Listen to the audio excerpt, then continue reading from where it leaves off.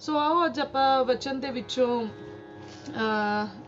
देखदे हां ਜ਼ਬੂਰਾਂ ਦੀ किताब ਉਹਦਾ 37 ਨੰਬਰ ਅਧਿਆਏ ਔਰ ਉਹਦੀ 8 ਨੰਬਰ ਪੰਕਤੀ ਦੇ ਵਿੱਚ ਅੱਜ ਆਪਾਂ ਕ੍ਰੋਧ ਦੇ ਬਾਰੇ ਦੇ ਵਿੱਚ ਸਿੱਖਾਂਗੇ ਕਿਉਂਕਿ ਜਿਹੜਾ ਕ੍ਰੋਧ ਆ ਉਹ ਇੱਕ ਬੜੀ ਭਿਆਨਕ ਚੀਜ਼ ਆ ਔਰ ਉਹਦੇ ਬਾਰੇ ਦੇ ਵਿੱਚ ਹੀ ਆਪਾਂ ਸਿੱਖਾਂਗੇ। ਜ਼ਬੂਰ 37 ਤੇ ਉਹਦੀ 8 ਨੰਬਰ ਆਇਤ 'ਚ ਇਦਾਂ ਲਿਖਿਆ, ਕ੍ਰੋਧ ਨੂੰ ਛੱਡ ਅਤੇ ਕੋਪ ਨੂੰ ਤਿਆਗ ਨਾ ਕੋੜ, ਉਸ ਤੋਂ ਬੁਰਾਈ ਹੀ ਨਿਕਲਦੀ ਹੈ।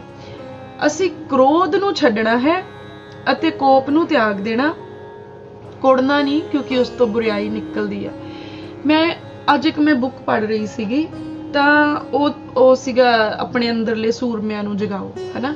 ਤੇ ਜਦੋਂ ਉਹ ਮੈਂ ਦੇਖ ਰਹੀ ਸੀ ਆਪਣੇ ਅੰਦਰਲੇ ਸੂਰਮਿਆਂ ਨੂੰ ਜਗਾਉਣ ਵਾਲੀ ਕਿਤਾਬ, ਤਾਂ ਉਹਦੇ ਵਿੱਚ ਲਿਖਿਆ ਸੀਗਾ ਕਿ ਵੈਰੀ ਉਸ ਸੂਰਮੇ ਨੂੰ ਕਿਸੇ ਵੀ ਤਰੀਕੇ ਦੇ ਨਾਲ ਜਿਹੜਾ ਆ ਉਹ ਫੱਟੜ ਕਰਨ ਦੀ ਕੋਸ਼ਿਸ਼ ਕਰਦਾ ਆ। ਵੈਰੀ ਸਾਡਾ ਕੌਣ ਆ? ਸ਼ੈਤਾਨ। ਤੇ ਉਹ ਕਿਸੇ ਵੀ ਤਰੀਕੇ ਦੇ ਨਾਲ ਪਰਮੇਸ਼ਵਰ ਦੇ ਜਿਹੜੇ ਸੂਰਬੀਰ ਲੋਕ ਆ ਉਹਨਾਂ ਨੂੰ ਫੱਟੜ ਕਰਨ ਦੀ ਕੋਸ਼ਿਸ਼ ਕਰਦਾ ਆ। ਸੋ ਵਚਨ ਦੇ ਵਿੱਚ ਵੀ ਲਿਖਿਆ ਕਿ ਸ਼ੈਤਾਨ ਬੁੱਕ ਦੇ ਸ਼ੀਂਹ ਦੇ ਵਾਂਗ ਜਿਹੜਾ ਆ ਉਹ ਭੱਜਾ ਫਿਰਦਾ ਆ ਕਿ ਕਦੋਂ ਮੌਕਾ ਮਿਲੇ ਤੇ ਉਹ ਪਾੜ ਖਾਏ, ਕਿ ਇਸ ਤਰੀਕੇ ਦੇ ਨਾਲ ਉਹਨੂੰ ਮੌਕਾ ਮਿਲੇ। ਸੋ ਉਹ ਕੋਸ਼ਿਸ਼ ਕਰਦਾ ਆ।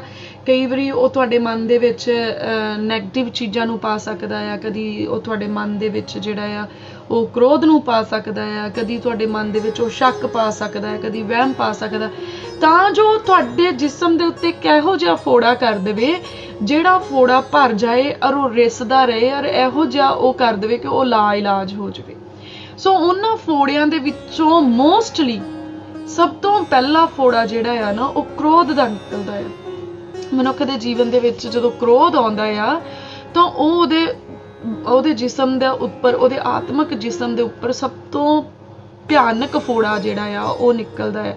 ਕਿਉਂਕਿ ਜਦੋਂ ਅਸੀਂ ਕਿਸੇ ਦੇ ਲਈ ਕ੍ਰੋਧ ਕਰਦੇ ਹਾਂ ਤਾਂ ਫਿਰ ਸਾਡੀਆਂ ਸਾਰੀਆਂ ਹੀ ਜਿਹੜੀਆਂ ਸੋਚਾਂ ਆ ਉਹ ਨੈਗੇਟਿਵ ਹੋ ਜਾਂਦੀਆਂ। ਅਸੀਂ ਨੈਗੇਟਿਵ ਸੋਚਣਾ ਸ਼ੁਰੂ ਕਰ ਦਿੰਦੇ ਹਾਂ, ਉਹਦੇ ਬਾਰੇ ਦੇ ਵਿੱਚ ਅਸੀਂ ਨੈਗੇਟਿਵ ਹੀ ਸਾਰੀਆਂ ਚੀਜ਼ਾਂ ਨੂੰ ਨੈਗੇਟਿਵ ਵੇ ਦੇ ਨਾਲ ਲੈਂਦੇ ਹਾਂ। ਉਹਦੇ ਚੰਗਿਆਈ ਵੀ ਜਿਹੜੀ ਆ ਸਾਨੂੰ ਉਹ ਬੁਰੀ ਨਜ਼ਰ ਆਉਂਦੀ ਆ।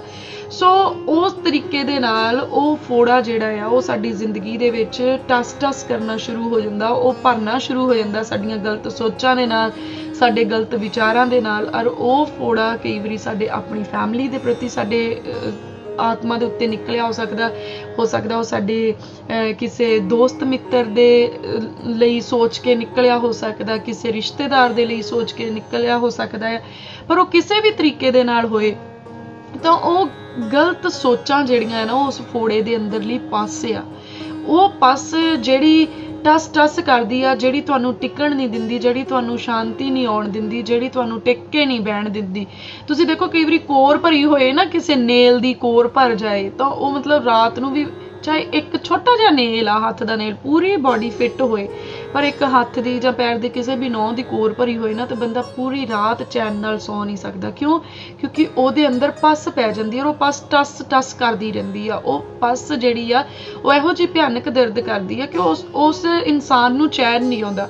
ਇਸੇ ਤਰੀਕੇ ਦੇ ਨਾਲ ਜਦੋਂ ਸਾਡੇ ਜੀਵਨ ਦੀ ਆਤਮਾ ਦੇ ਅੰਦਰ ਫੋੜਾ ਨਿਕਲਦਾ ਔਰ ਉਹ ਫੋੜਾ ਕ੍ਰੋਧ ਦਾ ਹੋਏ ਤੇ ਉਹਦੇ ਅੰਦਰ ਨੈਗੇਟਿਵ ਥਾਟਸ ਜਿਹੜੇ ਆ ਜਾਂ ਗਲਤ ਸੋਚਾਂ ਜਿਹੜੀਆਂ ਆ ਉਹ ਜਿਹੜੇ ਉਹ ਪੱਸ ਦਾ ਕੰਮ ਕਰਦੀਆਂ ਔਰ ਉਹ ਪੱਸ ਰਿਸਦੀ ਤਾਂ ਰਹਿੰਦੀ ਆ, ਨਿਕਲਦੀ ਤਾਂ ਰਹਿੰਦੀ ਆ, ਪਰ ਮੁੜ ਕੇ ਫੇਰ ਭਰਦੀ ਰਹਿੰਦੀ ਆ ਉਦੋਂ ਤੱਕ ਜਦੋਂ ਤੱਕ ਉਸ ਫੋੜੇ ਦਾ ਜਿਹੜਾ ਆ ਉਹ ਸਹੀ ਇਲਾਜ ਨਾ ਕੀਤਾ ਜਾਏ।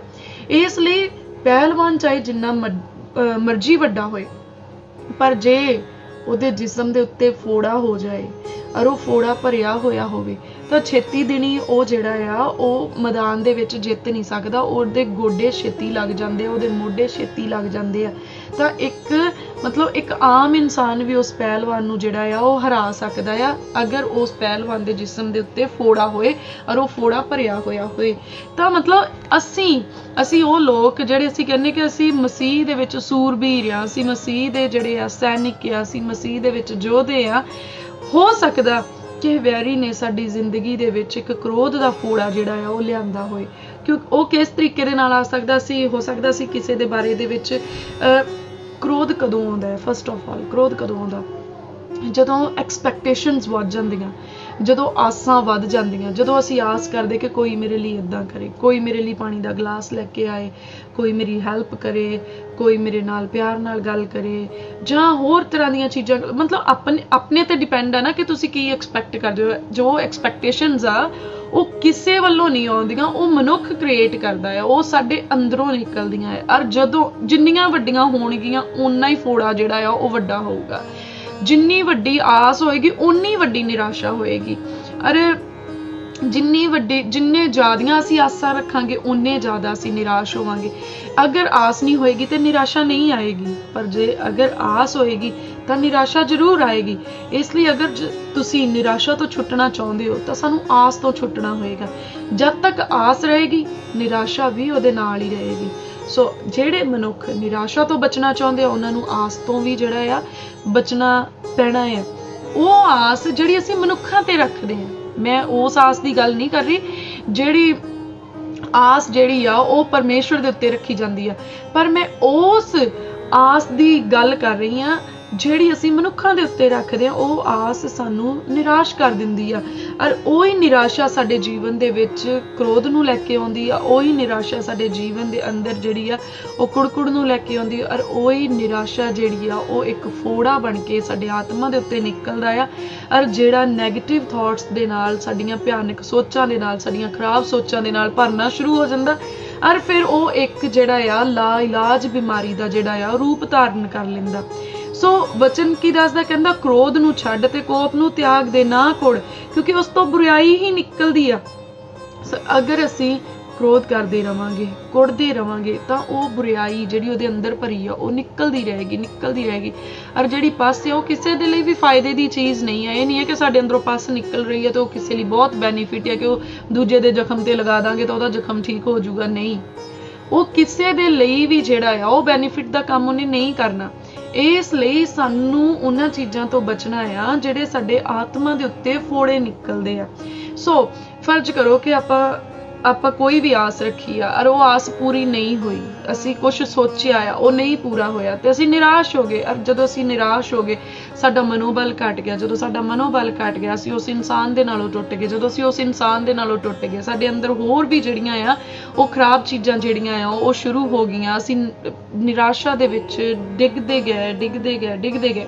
ਔਰ ਇੱਕ ਦਿਨ ਇਹੋ ਜਿਹਾ ਆਇਆ ਕਿ ਉਹ ਨਿਰਾਸ਼ਾ ਇੰਨੀ ਭਿਆਨਕ ਹੋ ਗਈ ਕਿ ਮਨੁੱਖ ਪਰਮੇਸ਼ਵਰ ਦੇ ਨਾਲੋਂ ਵੀ ਜਿਹੜਾ ਆ ਉਹ ਦੂਰ ਹੋਣਾ ਸ਼ੁਰੂ ਹੋ ਜਾਂਦਾ, ਕਿਉਂਕਿ ਉਹਨੂੰ ਲੱਗਦਾ ਕਿ ਸਾਰੀਆਂ ਚੀਜ਼ਾਂ ਜਿਹੜੀਆਂ ਪਰਮੇਸ਼ਵਰ ਦੇ ਹੱਥ ਦੇ ਵਿੱਚ ਆ, ਕਿਉਂਕਿ ਇਹ ਅਟਲ ਸੱਚਾਈ ਹੈ ਕਿ ਪਰਮੇਸ਼ਵਰ ਦੇ ਹੱਥ ਦੇ ਵਿੱਚ ਆ, ਪਰ ਉਹਨੂੰ ਲੱਗਦਾ ਕਿ ਪਰਮੇਸ਼ਵਰ ਨੇ ਮੇਰਾ ਫੇਵਰ ਕਿਉਂ ਨਹੀਂ ਕੀਤਾ, ਪਰਮੇਸ਼ਵਰ ਨੇ ਉਸ ਬੰਦੇ ਨੂੰ ਕਿਉਂ ਨਹੀਂ ਮੇਰੇ ਅਨੁਸਾਰ ਢਾਲਿਆ, ਪਰਮੇਸ਼ਵਰ ਨੇ ਕਿਉਂ ਉਸ ਚੀਜ਼ ਨੂੰ ਪੂਰਾ ਨਹੀਂ ਹੋਣ ਦਿੱਤਾ, ਕਿਉਂ ਉਹ ਮਨੁੱਖ ਮੇਰੇ ਨਾਲੋਂ ਟੁੱਟ ਗਿਆ। ਇੰਨੀ ਭਿਆਨਕ ਨਿਰਾਸ਼ਾ ਹੋ ਜਾਂਦੀ ਆ ਕਿ ਮਨੁੱਖ ਪਰਮੇਸ਼ਵਰ ਦੇ ਨਾਲੋਂ ਵੀ ਟੁੱਟਣਾ ਸ਼ੁਰੂ ਹੋ ਜਾਂਦਾ। ਟੁੱਟਦਾ ਇੱਕ ਦਿਨ ਟੁੱਟ ਜਾਂਦਾ ਹੈ। ਔਰ ਵੈਰੀ ਕੀ ਚਾਹੁੰਦਾ ਹੈ? ਉਹ ਇਹੀ ਤੇ ਚਾਹੁੰਦਾ ਆ ਕਿ ਮਨੁੱਖ ਪਰਮੇਸ਼ਵਰ ਦੇ ਨਾਲੋਂ ਟੁੱਟ ਜਾਏ। ਉਹ ਇਹੀ ਤੇ ਚਾਹੁੰਦਾ ਆ ਕਿ ਜਿਹੜਾ ਪਰਮੇਸ਼ਵਰ ਦਾ ਤੇ ਮਨੁੱਖ ਦਾ ਰਿਸ਼ਤਾ ਆ ਉਹ ਆਪਸ ਵਿੱਚ ਜਿਹੜਾ ਆ ਉਹ ਸਹੀ ਨਾ ਰਹੇ। ਇਸ ਲਈ ਉਹ ਹਰ ਮੁਮਕਿਨ ਕੋਸ਼ਿਸ਼ ਕਰਦਾ ਆ ਕਿ ਕਿਸ ਤਰੀਕੇ ਦੇ ਨਾਲ ਜਿਹੜਾ ਆ ਉਹ ਤੁਹਾਡੀ ਜ਼ਿੰਦਗੀ ਦੇ ਵਿੱਚ ਇੱਕ ਫੋੜੇ ਨੂੰ ਲੈ ਕੇ ਆਏ।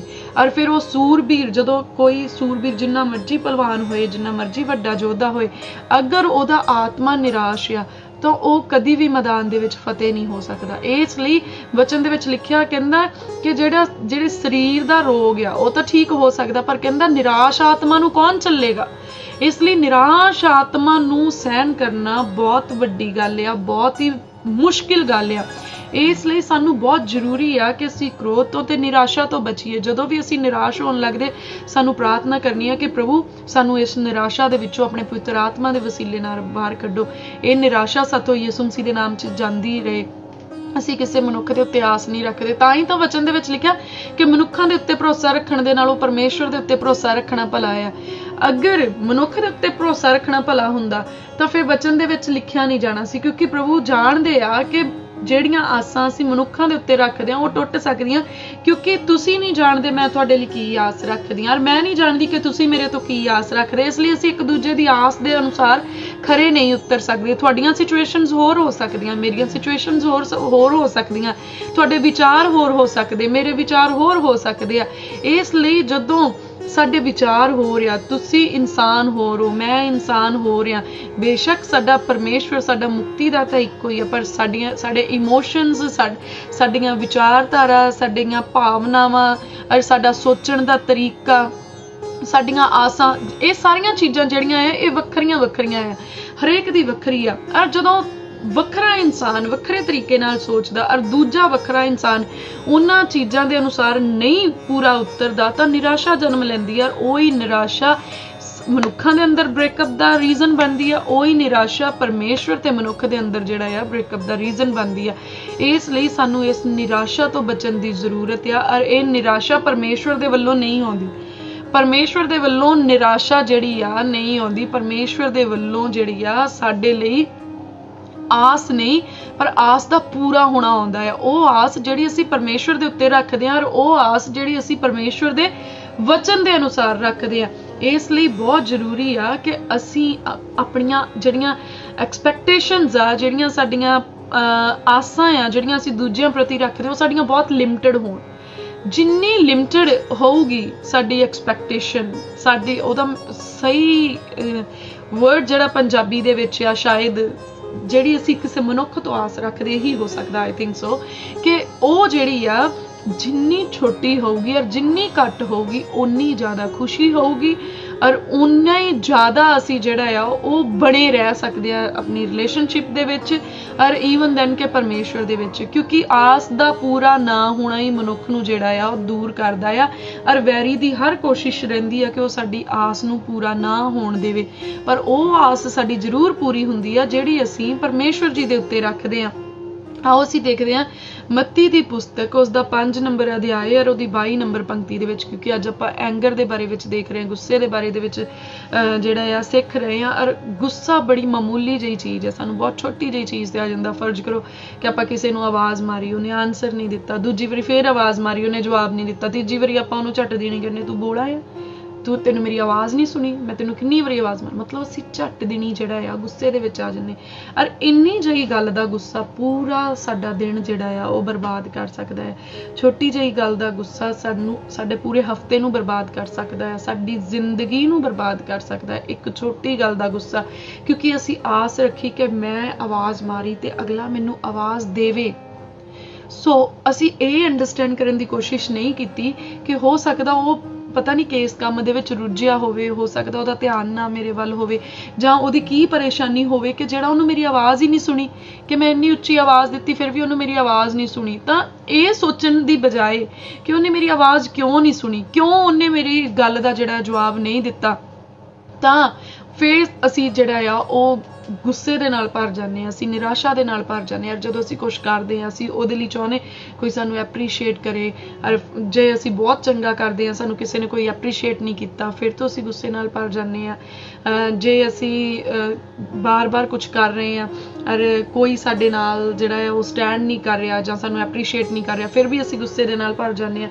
ਸੋ ਕਈ ਰੀਜ਼ਨ ਹੋ ਜਾਂਦੇ ਆ ਕਿ ਅਸੀਂ ਗੁੱਸੇ ਨਾਲ ਭਰਦੇ ਆ, ਪਰ ਸਾਨੂੰ ਹਰ ਉਸ ਰੀਜ਼ਨ ਨੂੰ ਖਤਮ ਕਰਨਾ ਆ। ਉਹ ਕਦੋਂ ਹੋ ਸਕਦਾ? ਜਦੋਂ ਅਸੀਂ ਆਸ ਕਰਨਾ ਜਿਹੜਾ ਆ ਛੱਡ ਦੇਵਾਂਗੇ, ਜਦੋਂ ਅਸੀਂ ਕਿਸੇ ਤੋਂ ਐਕਸਪੈਕਟ ਕਰਨਾ ਕਿ ਕੋਈ ਸਾਡੇ ਲਈ ਕਰੇ। ਜਦ ਤਾਂ ਹੀ ਵਚਨ ਦੇ ਵਿੱਚ, ਫਿਰ ਤੋਂ ਮੈਂ ਕਹਿੰਦੀ ਤਾਂ ਹੀ ਵਚਨ ਦੇ ਵਿੱਚ ਲਿਖਿਆ ਕਿ ਮਨੁੱਖਾਂ ਉੱਤੇ ਭਰੋਸਾ ਰੱਖਣ ਦੇ ਨਾਲੋਂ ਪਰਮੇਸ਼ਵਰ ਉੱਤੇ ਭਰੋਸਾ ਰੱਖਣਾ ਜਿਹੜਾ ਆ ਭਲਾ ਆ। ਅਗਰ ਹਰ ਕੋਈ ਜਿਹੜਾ ਮਨੁੱਖ ਆ ਅਸੀਂ ਆਪਣੇ ਫਰਜ਼ ਨੂੰ ਪਹਿਚਾਣਾਂਗੇ, ਆਪਣੀ ਡਿਊਟੀ ਨੂੰ ਪੂਰਾ ਕਰਾਂਗੇ, ਤਾਂ ਫਿਰ ਕੀ ਆ ਅਸੀਂ ਨਿਰਾਸ਼ ਘੱਟ ਹੋਵਾਂਗੇ। ਪਰ ਜਦੋਂ ਅਸੀਂ ਦੂਜੇ ਤੋਂ ਆਸ ਰੱਖਾਂਗੇ ਤਾਂ ਫਿਰ ਨਿਰਾਸ਼ਾ ਜਾਂ ਗੁੱਸਾ ਜਿਹੜਾ ਆ ਉਹਦਾ ਰੀਜ਼ਨ ਜ਼ਿਆਦਾ ਹੋ ਸਕਦਾ। ਪਰ ਕਈ ਵਾਰੀ ਵਚਨ ਏਦਾਂ ਦੱਸਦਾ, ਕਹਿੰਦਾ ਗੁੱਸਾ ਤਾਂ ਕਰ ਪਰ ਪਾਪ ਨਾ ਕਰ। ਸੋ ਕਈ ਵਾਰੀ ਸਾਡਾ ਗੁੱਸਾ ਜਿਹੜਾ ਆ ਉਹ ਇੱਕ ਪਾਪ ਬਣ ਜਾਂਦਾ ਆ, ਕਿਉਂਕਿ ਅਸੀਂ ਉਸ ਗੁੱਸੇ ਦੇ ਵਿੱਚ ਰਿੱਝ ਕੇ ਅਸੀਂ ਕਈ ਤਰ੍ਹਾਂ ਦੀਆਂ ਗਲਤੀਆਂ ਕਰ ਦਿੰਦੇ ਆ। ਜੇ ਇਸ ਇਨਸਾਨ ਦੇ ਨਾਲ ਅਸੀਂ ਗੁੱਸੇ ਆ, ਫਰਜ਼ ਕਰੋ ਉਹਨੂੰ ਸਾਡੀ ਜ਼ਰੂਰਤ ਪੈ ਗਈ, ਅਸੀਂ ਉਹਦੇ ਨਾਲ ਗੁੱਸੇ ਦੇ ਵਿੱਚ ਅਸੀਂ ਉਹਦੀ ਮਦਦ ਨਹੀਂ ਕੀਤੀ, ਪਰ ਅਸੀਂ ਕਰ ਸਕਦੇ ਸੀ, ਔਰ ਉਸ ਵੇਲੇ ਸਾਡੀ ਮਦਦ ਦੀ ਉਸਨੂੰ ਜ਼ਰੂਰਤ ਸੀ ਪਰ ਅਸੀਂ ਨਹੀਂ ਕੀਤੀ, ਤਾਂ ਕੀ ਹੋਇਆ? ਅਸੀਂ ਇੱਕ ਪਾਪ ਕਰ ਦਿੱਤਾ। ਫਿਰ ਅਸੀਂ ਉਸ ਇਨਸਾਨ ਦੇ ਨਾਲ ਗੁੱਸੇ ਸੀ, ਅਸੀਂ ਦੂਜੇ ਇਨਸਾਨ ਦੇ ਕੋਲ ਗਏ ਤੇ ਅਸੀਂ ਉਸ ਇਨਸਾਨ ਦੇ ਲਈ ਚੁਗਲੀਆਂ ਕੀਤੀਆਂ ਕਿ ਉਹਨੇ ਮੇਰੇ ਲਈ ਆਹ ਨਹੀਂ ਕੀਤਾ, ਉਹ ਨਹੀਂ ਕੀਤਾ, ਤਾਂ ਅਸੀਂ ਇੱਕ ਹੋਰ ਪਾਪ ਕਰ ਦਿੱਤਾ। ਫਿਰ ਅਸੀਂ ਉਸ ਇਨਸਾਨ ਦੇ ਲਈ ਗਲਤ ਇਰਾਦਾ ਬਣਾਇਆ ਔਰ ਗਲਤ ਸੋਚਾਂ ਸੋਚੀਆਂ, ਗਲਤ ਅੱਖਰ ਬੋਲੇ। ਤਾਂ ਮਤਲਬ ਅਸੀਂ ਇੱਕ ਗੁੱਸਾ ਆਇਆ, ਪਰ ਅਸੀਂ ਕਿੰਨੀ ਵਾਰੀ ਉਸ ਚੀਜ਼ ਨੂੰ ਲੈ ਕੇ ਪਾਪ ਕੀਤਾ। ਇੱਕ ਗੁੱਸਾ, ਇੱਕ ਰੀਜ਼ਨ ਹੋ ਸਕਦਾ ਉਸ ਗੁੱਸੇ ਦਾ, ਪਰ ਉਹਨੂੰ ਲੈ ਕੇ ਅਸੀਂ ਹਰ ਰੋਜ਼ ਜਿਹੜਾ ਆ ਉਸ ਇਨਸਾਨ ਦੇ ਲਈ ਗਲਤ ਸੋਚ ਕੇ ਅਸੀਂ ਪਾਪ ਕਰਦੇ, ਗਲਤ ਬੋਲ ਕੇ ਪਾਪ ਕਰਦੇ, ਉਹਦੇ ਲਈ ਗਲਤ ਕੰਮ ਕਰਕੇ ਅਸੀਂ ਪਾਪ ਕਰਦੇ। ਤਾਂ ਮਤਲਬ ਕਈ ਤਰੀਕਿਆਂ ਦੇ ਨਾਲ ਅਸੀਂ ਇੱਕ ਛੋਟੀ ਜਿਹੀ ਚੀਜ਼, ਜਿੱਦਾਂ ਇੱਕ ਛੋਟਾ ਜਿਹਾ ਵਾਇਰਸ ਆਇਆ ਨਾ ਕਰੋਨਾ ਵਾਇਰਸ, ਛੋਟਾ ਜਿਹਾ ਵਾਇਰਸ ਆਇਆ ਤਾਂ ਪੂਰੀ ਦੁਨੀਆ ਦੇ ਵਿੱਚ ਮਤਲਬ ਦੇਖੋ ਕਿੰਨੀ ਹਾਹਾਕਾਰ ਮਚ ਗਈ। ਇਸੇ ਤਰੀਕੇ ਦੇ ਨਾਲ ਇੱਕ ਛੋਟਾ ਜਿਹਾ ਵਾਇਰਸ ਆ ਐਂਗਰ, ਇੱਕ ਛੋਟਾ ਜਿਹਾ ਵਾਇਰਸ ਆ ਗੁੱਸਾ, ਜਿਹੜਾ ਪੂਰੀ ਲਾਈਫ ਦੇ ਵਿੱਚ ਜਿਹੜਾ ਆ ਉਹ ਹਾਹਾਕਾਰ ਨੂੰ ਮਚਾ ਸਕਦਾ ਆ, ਪੂਰੀ ਸੋਸਾਇਟੀ ਦੇ ਵਿੱਚ ਹਾਹਾਕਾਰ ਨੂੰ ਮਚਾ ਸਕਦਾ ਆ। ਸੋ ਸਾਨੂੰ ਬੜਾ ਹੀ ਕੇਅਰਫੁਲ ਰਹਿਣ ਦੀ ਜ਼ਰੂਰਤ ਹੁੰਦੀ, ਬੜਾ ਅਵੇਅਰ ਰਹਿਣ ਦੀ ਜ਼ਰੂਰਤ ਹੁੰਦੀ ਕਿ ਇਹ ਵਾਇਰਸ ਕਿੱਧਰੋਂ ਆਇਆ, ਇਸ ਵਾਇਰਸ ਨੂੰ ਅਸੀਂ ਮਾਰ ਕਿੱਦਾਂ ਸਕਦੇ ਹਾਂ, ਇਸ ਵਾਇਰਸ ਤੋਂ ਬਚ ਕਿੱਦਾਂ ਸਕਦੇ ਹਾਂ, ਇਸ ਐਂਗਰ ਦੇ ਵਾਇਰਸ ਤੋਂ ਬਚਣ ਦੇ ਲਈ ਸਾਨੂੰ ਪ੍ਰੀਕਾਸ਼ਨਸ ਕੀ ਲੈਣੇ ਆ। ਔਰ ਉਹਨਾਂ ਦੇ ਵਿੱਚੋਂ ਹੀ ਇੱਕ ਪ੍ਰੀਕਾਸ਼ਨ ਇਹ ਆ ਕਿ ਅਸੀਂ ਘੱਟ ਤੋਂ ਘੱਟ ਆਸ ਜਿਹੜੀ ਆ ਉਹ ਮਨੁੱਖਾਂ ਦੇ ਉੱਤੇ ਰੱਖਣੀ ਆ, ਔਰ ਅਸੀਂ ਆਪਣੀ ਡਿਊਟੀ ਜਿਹੜੀ ਆ ਉਹਨੂੰ ਅਸੀਂ ਵਫਾਦਾਰੀ ਦੇ ਨਾਲ ਬਿਨਾਂ ਰਿਵਾਰਡ ਐਕਸਪੈਕਟ ਕੀਤਿਆਂ, ਉਹਦਾ ਫਲ ਬਿਨਾਂ ਆਸ ਰੱਖਿਆ ਕਿ ਉਹ ਕੰਮ ਜਿਹੜਾ ਮੈਂ ਕੀਤਾ ਉਹਦਾ ਮੈਨੂੰ ਰਿਵਾਰਡ ਮਿਲੇ। ਸੋ ਉਹਦੀ ਆਸ ਕੀਤੇ ਬਿਨਾਂ ਜਦੋਂ ਅਸੀਂ ਕਰਾਂਗੇ ਫਿਰ ਅਸੀਂ ਖੁਸ਼ ਰਵਾਂਗੇ, ਪਰ ਜਦੋਂ ਅਸੀਂ ਉਹਦੀ ਆਸ ਰੱਖਾਂਗੇ ਔਰ ਨਹੀਂ ਮਿਲੇਗਾ ਫਿਰ ਸਾਡੀ ਆਤਮਾ ਦੇ ਉੱਤੇ ਇੱਕ ਫੋੜਾ ਹੋਏਗਾ, ਉਹ ਫੋੜਾ ਭਰਦਾ ਜਾਏਗਾ ਔਰ ਫਿਰ ਉਹ ਸਾਡੇ ਮਨੋਬਲ ਨੂੰ ਘਟਾਏਗਾ ਔਰ ਫਿਰ ਉਹ ਸਾਨੂੰ ਜਿਹੜਾ ਹੈ ਉਹ ਨਾਸ਼ ਵੱਲ ਨੂੰ ਲੈ ਕੇ ਜਾਏਗਾ। ਸੋ ਆਓ ਆਪਾਂ ਅੱਗੇ ਆਇਤ ਪੜ੍ਹਦੇ ਹਾਂ, ਮੱਤੀ ਦੀ ਕਿਤਾਬ ਉਸਦਾ 5 ਨੰਬਰ ਅਧਿਆਇ ਉਹਦੀ 22 ਨੰਬਰ ਪੰਕਤੀ ਦੇ ਵਿੱਚ ਇਦਾਂ ਲਿਖਿਆ, ਪਰ ਮੈਂ ਤੁਹਾਨੂੰ ਆਖਦਾ ਹਾਂ ਭਈ ਹਰੇਕ ਜੋ ਆਪਣੇ ਭਰਾ ਉੱਤੇ ਕ੍ਰੋਧ ਕਰੇ ਉਹ ਅਦਾਲਤ ਵਿੱਚ ਸਜ਼ਾ ਦੇ ਲਾਇਕ ਹੋਵੇਗਾ, ਤੇ ਜਿਹੜਾ ਆਪਣੇ ਭਰਾ ਨੂੰ ਗਾਲ ਦੇਵੇ ਉਹ ਸਭਾ ਵਿੱਚ ਸਜ਼ਾ ਦੇ ਲਾਇਕ ਹੋਵੇਗਾ, ਪਰ ਜਿਹੜਾ ਕਹੇ ਮੂਰਖਾ ਉਹ ਅਗਨ ਦੇ ਨਰਕ ਦੀ ਸਜ਼ਾ ਦੇ ਲਾਇਕ ਹੋਵੇਗਾ। ਵਾਓ। ਸੋ ਦੇਖੋ ਵਚਨ ਕੀ ਦੱਸਦਾ, ਕਹਿੰਦਾ ਮੈਂ ਤੁਹਾਨੂੰ ਆਖਦਾ ਆ। ਸੋ ਪਹਿਲਾਂ ਇਹ ਤੋਂ 21 ਨੰਬਰ ਆਇਤ ਆਪਾਂ ਪੜ੍ਹਦੇ, ਉੱਤੇ ਲਿਖਿਆ, ਤੁਸਾਂ ਸੁਣਿਆ ਹੈ ਜੋ ਅਗਲਿਆਂ ਨੂੰ ਇਹ ਕਿਹਾ ਗਿਆ ਸੀ, ਅਗਲਿਆਂ ਨੂੰ ਮਤਲਬ ਪੁਰਾਤਨ ਸਮੇਂ ਦੇ ਵਿੱਚ ਜਿਹੜਾ ਪਹਿਲਾ ਟਾਈਮ ਨਿਕਲ ਗਿਆ, ਵੀ ਉਹਨਾਂ ਨੂੰ ਇਹ ਕਿਹਾ ਗਿਆ ਸੀ ਤੂੰ ਖੂਨ ਨਾ ਕਰ, ਅਤੇ ਜੇ ਕੋਈ ਖੂਨ ਕਰੇ ਸੋ ਅਦਾਲਤ ਵਿੱਚ ਸਜ਼ਾ ਦੇ ਲਾਇਕ ਹੋਵੇਗਾ। ਮਤਲਬ ਪਹਿਲਾਂ ਤਾਂ ਹੁਕਮ ਇਹ ਸੀ ਕਿ ਤੂੰ ਖੂਨ ਨਾ ਕਰ, ਜੇ ਕੋਈ ਖੂਨ ਕਰੂਗਾ ਤੇ ਉਹ ਅਦਾਲਤ ਦੇ ਵਿੱਚ ਜਿਹੜਾ ਹੈ ਉਹ ਸਜ਼ਾ ਦੇ ਲਾਇਕ ਹੋਊਗਾ। ਪਰ ਹੁਣ ਉਹ ਕੀ ਕਹਿੰਦਾ ਆ, ਕਹਿੰਦਾ ਪਰ ਮੈਂ ਤੁਹਾਨੂੰ ਆਖਦਾ ਹਾਂ ਭਈ ਹਰੇਕ ਜੋ ਆਪਣੇ ਭਰਾ ਉੱਤੇ ਕ੍ਰੋਧ ਕਰੇ। ਸੋ ਭਰਾ ਕੌਣ ਆ? ਇੱਕ ਤਾਂ ਮਾਂ ਜਾਇਆ ਭਰਾ ਆ, ਇੱਕ ਭਰਾ ਆ ਜਿਹੜਾ ਅਸੀਂ ਵਿਸ਼ਵਾਸ ਦੇ ਦੁਆਰਾ ਜਿਹੜਾ ਆ ਅਸੀਂ ਭਰਾ ਬਣੇ ਆ, ਮਸੀਹ ਦੇ ਵਿੱਚ ਸਾਡਾ ਰਿਸ਼ਤਾ ਹੋਣ ਦੇ ਨਾਲ ਅਸੀਂ ਭਰਾ ਬਣੇ ਆ। ਇੱਕ ਭਰਾ ਆ ਅਸੀਂ ਮਿੱਤਰ ਨੂੰ ਆਪਣਾ ਭਰਾ ਮੰਨਦੇ ਆ। ਸੋ ਭਾਵ ਜਿਹਦੇ ਵੀ ਅਸੀਂ ਕਲੋਜ਼ ਆ। ਸੋ ਕੀ ਕਹਿੰਦਾ ਆ, ਕਹਿੰਦਾ ਪਰ ਮੈਂ ਤੁਹਾਨੂੰ ਆਖਦਾ ਭਈ ਹਰੇਕ ਜੋ ਆਪਣੇ ਭਰਾ ਉੱਤੇ ਕ੍ਰੋਧ ਕਰੇ ਉਹ ਅਦਾਲਤ ਵਿੱਚ ਸਜ਼ਾ ਦੇ ਲਾਇਕ ਹੋਵੇਗਾ। ਪਹਿਲਾਂ ਤਾਂ ਹੁਕਮ ਸੀਗਾ ਜੇ ਖੂਨ ਕਰੇ, ਠੀਕ ਹੈ, ਉਹ ਸਜ਼ਾ ਦੇ ਲਾਇਕ ਹੋਊਗਾ, ਉਹਨੂੰ ਅਦਾਲਤ ਵਿੱਚ ਸਜ਼ਾ ਮਿਲੂਗੀ। ਪਰ ਹੁਣ ਕੀ ਹੈ, ਜੇ ਕੋਈ ਕ੍ਰੋਧ ਹੀ ਕਰੇ ਆਪਣੇ ਭਰਾ ਦੇ ਉੱਤੇ ਤਾਂ ਉਹ ਅਦਾਲਤ ਵਿੱਚ ਸਜ਼ਾ ਦੇ ਲਾਇਕ ਹੋਵੇਗਾ। ਅਤੇ ਜਿਹੜਾ ਆਪਣੇ ਭਰਾ ਨੂੰ ਗਾਲ ਦੇਵੇ, ਜੇ ਕੋਈ ਆਪਣੇ ਭਰਾ ਨੂੰ ਗਾਲ ਕੱਢੇ ਤਾਂ ਉਹ ਸਭਾ ਵਿੱਚ ਸਜ਼ਾ ਦੇ ਲਾਇਕ ਹੋਵੇਗਾ, ਪਰ ਜਿਹੜਾ ਕਹੇ ਮੂਰਖਾ ਉਹ ਅਗਨ ਦੇ ਨਰਕ ਦੀ ਸਜ਼ਾ ਦੇ ਲਾਇਕ ਹੋਏਗਾ। ਸੋ ਆਪਾਂ ਕਿੰਨੀ ਵਾਰੀ ਕਹਿ ਦਿੰਦੇ ਹਾਂ ਬਲੱਡੀ ਫੂਲ, ਜਾਂ ਤੂੰ ਪਾਗਲ ਆ, ਤੂੰ ਮੂਰਖ ਆ, ਮੂਰਖਾ ਤੂੰ ਇਹ ਕੀ ਕੀਤਾ, ਫਲਾਨਿਆ ਤੂੰ ਫਲਾਨਾ ਤਾਂ ਮੂਰਖ ਆ। ਪਰ ਵਚਨ ਦੇਖੋ ਕਿ ਵਚਨ ਸਾਨੂੰ ਕੀ ਦੱਸਦਾ ਹੈ, ਕਹਿੰਦਾ ਪਹਿਲਾਂ ਤਾਂ ਸਜ਼ਾ ਸਿਰਫ ਉਹਨਾਂ ਦੇ ਉੱਤੇ ਸੀਗੀ ਜਿਹੜੇ ਖੂਨ ਕਰਨਗੇ, ਪਰ ਹੁਣ ਕਿਹਦੇ ਉੱਤੇ ਆ, ਜੇ ਅਸੀਂ ਗੁੱਸਾ ਹੀ ਕਰਦੇ ਆ, ਜੇ ਅਸੀਂ ਕ੍ਰੋਧ ਹੀ ਕਰਦੇ ਆ ਤਾਂ ਵੀ ਅਸੀਂ ਅਦਾਲਤ ਵਿੱਚ ਸਜ਼ਾ ਦੇ ਯੋਗ ਆ। ਔਰ ਕਿਹੜੀ ਅਦਾਲਤ? ਉਹ ਅਦਾਲਤ ਜਿਹੜੀ ਪਰਮੇਸ਼ਵਰ ਜਿਹਦਾ ਜੱਜ ਆ, ਜਿਹਦਾ ਮਹਾ ਜੱਜ ਜਿਹੜਾ ਆ, ਜਿਹੜਾ ਪ੍ਰਧਾਨ ਜੱਜ ਆ, ਉਹ ਅਕਾਲ ਪੁਰਖ ਸਰਵ ਸ਼ਕਤੀਮਾਨ ਸੈਨਾਵਾਂ ਦਾ ਯਹੋਵਾ ਪਰਮੇਸ਼ਵਰ ਆ। ਅਗਰ ਅਸੀਂ ਆਪਣੇ ਭਰਾ ਦੇ ਉੱਤੇ ਕ੍ਰੋਧ ਕਰਦੇ ਆ, ਅਸੀਂ ਆਪਣੇ ਪਿਆਰੇ ਦੇ ਉੱਤੇ ਕ੍ਰੋਧ ਕਰਦੇ ਆ, ਅਸੀਂ ਆਪਣੇ ਚਾਹਣ ਵਾਲੇ ਦੇ ਉੱਤੇ ਕ੍ਰੋਧ ਕਰਦੇ ਆ, ਜਾਂ ਅਸੀਂ ਆਪਣੇ ਮਿੱਤਰ ਦੇ ਉੱਤੇ ਕ੍ਰੋਧ ਕਰਦੇ ਆ, ਜਿਹਦੇ ਉੱਤੇ ਅਸੀਂ ਕ੍ਰੋਧ ਕਰਦੇ ਆ, ਤਾਂ ਵਚਨ ਸਾਨੂੰ ਇਦਾਂ ਦੱਸਦਾ ਆ ਕਿ ਅਸੀਂ ਅਦਾਲਤ ਵਿੱਚ ਜਿਹੜੇ ਆ ਉਹ ਸਜ਼ਾ ਦੇ ਲਾਇਕ ਹੋਵਾਂਗੇ। ਔਰ ਜੇ ਕੋਈ ਗਾਲ ਦੇਵੇ, ਜੇ ਕਈ ਵਾਰੀ ਬਹੁਤ ਸਾਰੇ ਲੋਕ ਆਪਣੇ ਭਰਾਵਾਂ ਨੂੰ ਗਾਲਾਂ ਕੱਢਦੇ ਆ, ਸੋ ਆਪਣੇ ਦੋਸਤਾਂ ਮਿੱਤਰਾਂ ਨੂੰ ਗਾਲਾਂ ਕੱਢਦੇ ਆ, ਕਈ ਵਾਰੀ ਤੁਸੀਂ ਮਜ਼ਾਕ ਵਿੱਚ ਕੱਢਦੇ ਆ, ਕਈ ਵਾਰੀ ਤੁਸੀਂ ਸੀਰੀਅਸਲੀ ਕੱਢਦੇ ਆ।